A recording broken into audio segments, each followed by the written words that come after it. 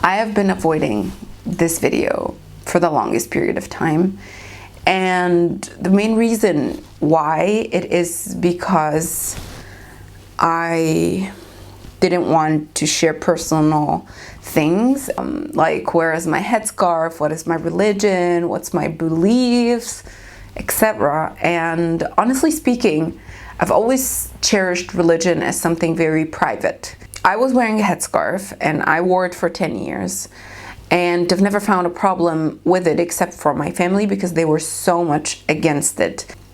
I was at home cleaning and I tripped over a cord, fell, and a mirror was going to fall on my face. So I did this and my arm was slit open from here. I was wearing my headscarf because I was going to take down the trash, and I opened the door hysterically, hitting my face because I didn't want to faint and die alone in my apartment in Berlin, away from my family, miles away. So I ran to my neighbors, knocking on the door, bleeding everywhere. But you know that level of pain when you don't feel your arm anymore? Yeah, I didn't realize how much I bled actually, except later on, but more on that later. So I ran and I went to my neighbor, knocking on her door. She looks from this eye thingy and she says, "Go back home, refugee, something, something, something." And by law here in Germany, if you see someone and you don't, like, having trouble breathing or bleeding or anything, and you don't call the ambulance, you don't have to do anything, just call the ambulance and report, you might go to jail. I went hysterically running downstairs till I reached the pharmacy, where I fainted at its door. They thankfully helped and called the ambulance, and they took me. And from that moment, I was hysterically laughing. I think I wasn't aware what's going on. The wound was very big. It was like cut slit like this, so my skin was off. And yeah, they stitched it horribly, and you can understand how hard it is to be in hospital when you don't speak the language. And I think it hit me the moment I went home. I kept crying. I didn't want anyone to stay with me that night. I felt like I was going to die today in the morning. Before I go to my house, I've sent 2 of my friends to remove the glasses because of my cat. I didn't want her to get hurt. And when we came to my house, they were still cleaning my blood from everywhere. My blood was over the kitchen sink, the bathroom,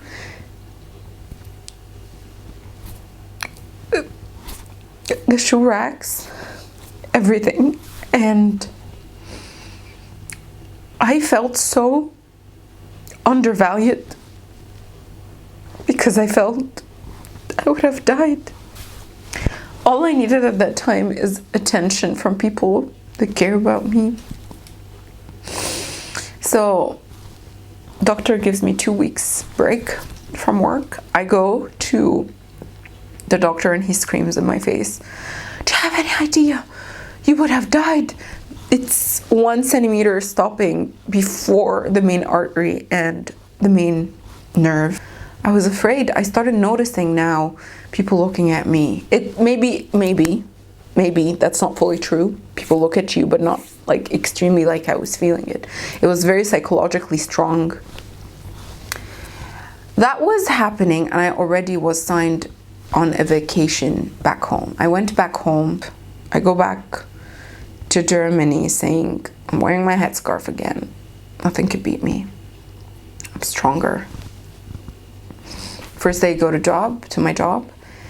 There was someone who didn't like me at work, and he suddenly became my boss last 2 months in my job. He calls me into the room last minute before I leave. He's like, "Angie, do you have time?" I say yes. They tell me, "Hey, we think you would fit somewhere else better. Please sign this paper." And I don't understand the language, but something in me said, "Don't sign."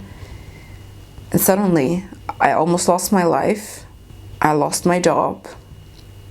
I lost my job unfairly. I was so lost. I go to a lawyer, and the lawyer says, like, you know, is it because of your headscarf? La la. I say, I'm not sure. I'm gonna take it off. I'm afraid. And I was afraid. I didn't want to lose my right because I wear a headscarf. Some people will disagree with me. Some people will say, what are you saying? What are you talking about? You should. But I was very strong always, and I'm not anymore. In that department, I'm not anymore. Do you know how it feels to live and not know why God gave you a new chance to live after this accident?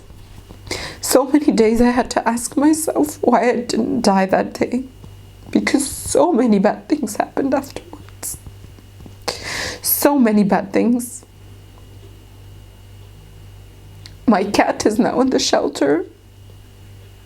I had to give her away because I wasn't sure if I'm gonna be staying here ever or not.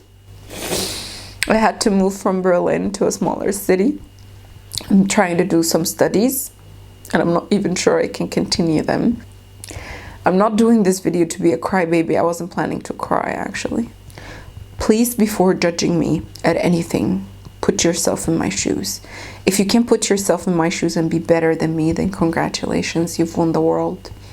I don't know how to do it. I don't know how to do it. I've tried.